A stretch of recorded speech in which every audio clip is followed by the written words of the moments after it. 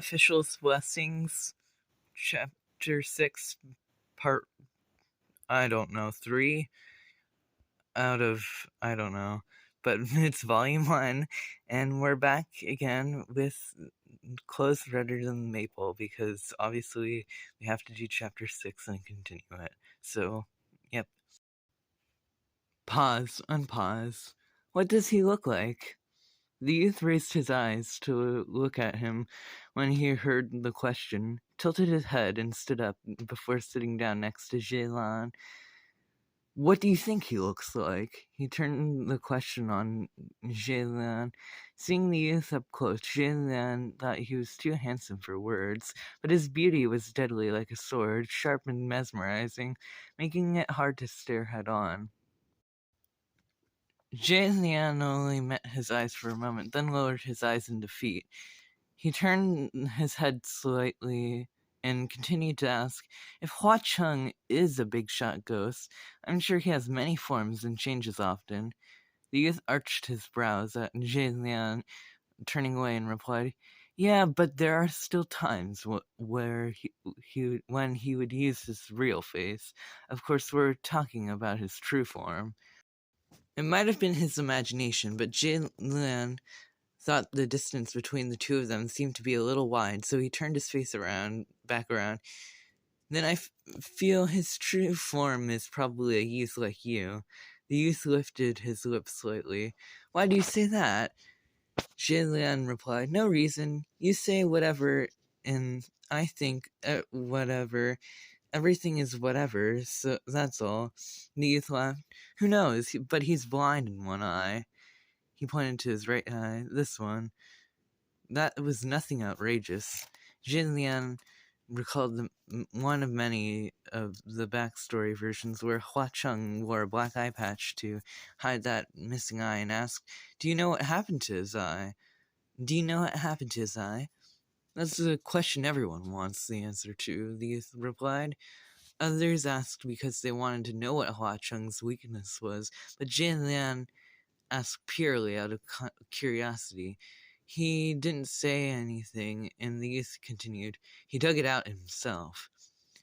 Jin Lian was taken aback. Why? A moment of madness, the youth answered. He could dig out his own eye when struck by madness. Lian was now more curious than ever about this Crimson Ghost King. It couldn't have been something as simple as a moment of madness, but there was probably no more details about that story. Lian pressed on. Does Hua Chung have any kind of weakness? He wasn't expecting the youth to have the answer. It was just a casual question. If Hua Chung's weakness was so easily known, then whatever the rumored weakness was couldn't possibly be true. But the youth answered immediately, his ashes. If one got a hold of the ghost's ashes, one could take command of said ghost. If the ghost disobeyed, then by getting rid of the ashes, the ghost would dissolve and its soul disintegrate. This is common knowledge, but using it on Hua Chung seemed fruitless. Jin Lian smiled. There's probably no one who can obtain his ashes, so that weakness is the same as having no weakness. You never know, the youth said. There are circumstances when a ghost would voluntarily give away his ashes, like the bet he had with those 33 heavenly officials. Yeah, right, the youth scoffed. He didn't need to say the words for Jaylan to understand that he meant Hua Chung, that there was no way Hua Chung would have lost. He continued, there's a custom in the ghost realm where if a ghost has a special someone, they entrust their ashes to that person. That was akin to handing over one's life to another person. Such passion, my gosh, I can't read today. Such passion, what a charming tale that would be, Jaylan commented, interested. I didn't know the ghost realm had such a romantic practice. They do, but not many dare to practice it, Lee said. Lian thought as much. It wasn't only ghosts who deceived humans, there were humans who deceived ghosts too. There must be endless tales of manipulation and betrayal. Lian sighed. It certainly is painful to think about, to lose given everything. Oh, to have given everything for love and lose everything in return. The youth laughed. The youth laughed out loud. What's there to be afraid of? If it were me, I'd have no regrets giving away my ashes. Who cares if they want me to disintegrate or just scatter the ashes for fun? Jalen grinned, then suddenly realized that they still didn't know each other's names, despite having chatted for so long. My friend, what's your name? The youth raised one hand over his forehead to block out the rays of the blood-red sunset and squinted his eyes as if loathing the sun. Me? I'm third in my family. They call me Sun Lung. He didn't say his full name, and it wasn't Jianlian's place to ask. Here, if you want to know what Sun Lung's name means, it'll be it will be at the bottom of the page.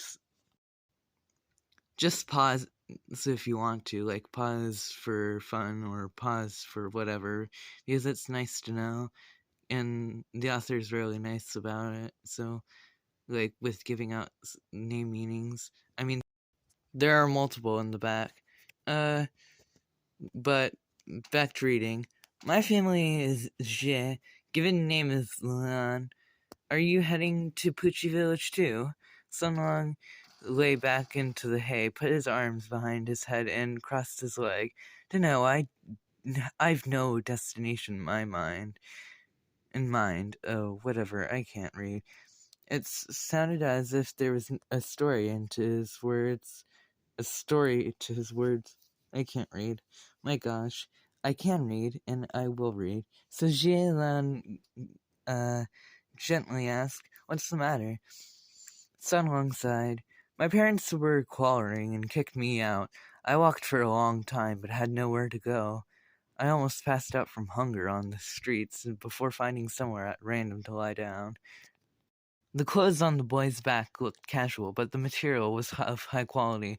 With the knowledgeable way he spoke and how carefully free he appeared, Jinlan had long since thought he was a boy from a wealthy family.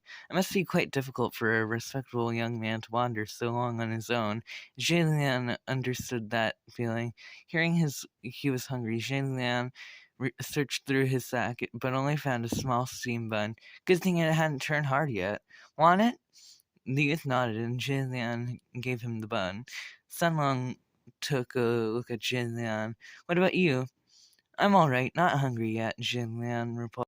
Sunlong pushed the bun back. Then I'm all right too. Jinlian looked at him, then split the bun in half and gave him half.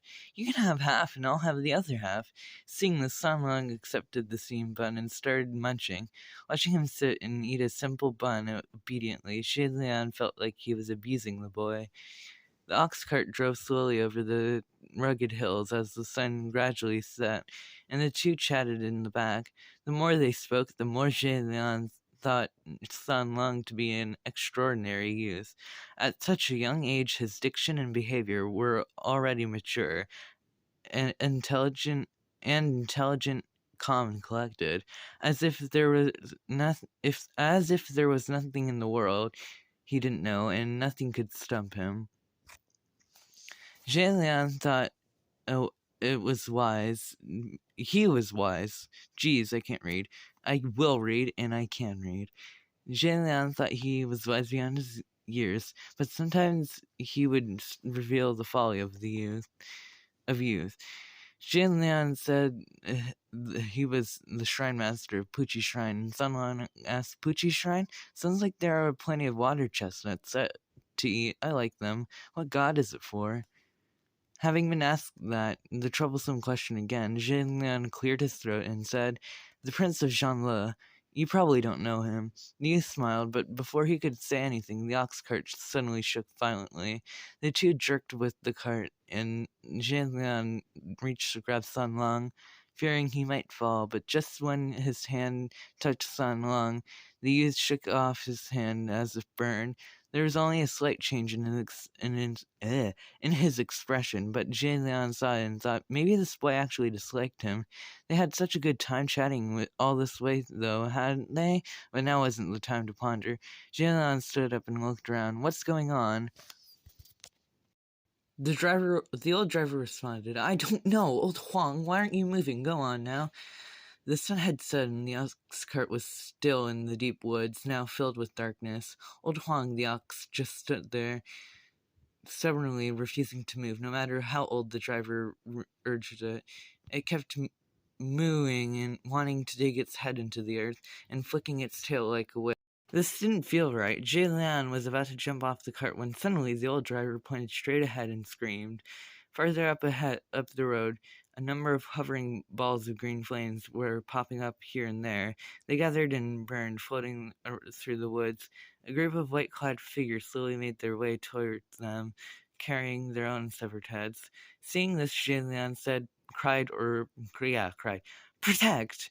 Ruya flew from his sleeves and wrapped itself in a circle around the ox cart from above, protecting the three plus the one beast. Jianlan turned back and demanded, what day is it today? The old driver didn't respond before the youth spoke up from behind. It's Zhongyuan. The middle of the 7th month, when the gates to the underworld opened, he didn't check his calendar before coming out today, and it just happened to be the Zhongyuan festival. Jian's voice dropped. Stay close to me. We've run into an evil tonight. If we go down the wrong path at the fork, we'll never return. The figures dressed in white prisoner garb and had no heads. It appeared they were newly executed criminals, and having them held a head in their hands. They wobbled slowly toward the ox cart as their heads buzzed in those bony arms. Jianlan instructed the other two on the cart in a low voice. In a moment, when they approached, do not make a sound. San Long tilted his head. Guga, I can't believe you're a man with superpowers. He sounded greatly interested, and Jianlian replied, not really superpowers, I only knew a few tricks. They can't see us, but it's hard to say whether they will when they get close. And that's where we will stop. Bye. Part Guga.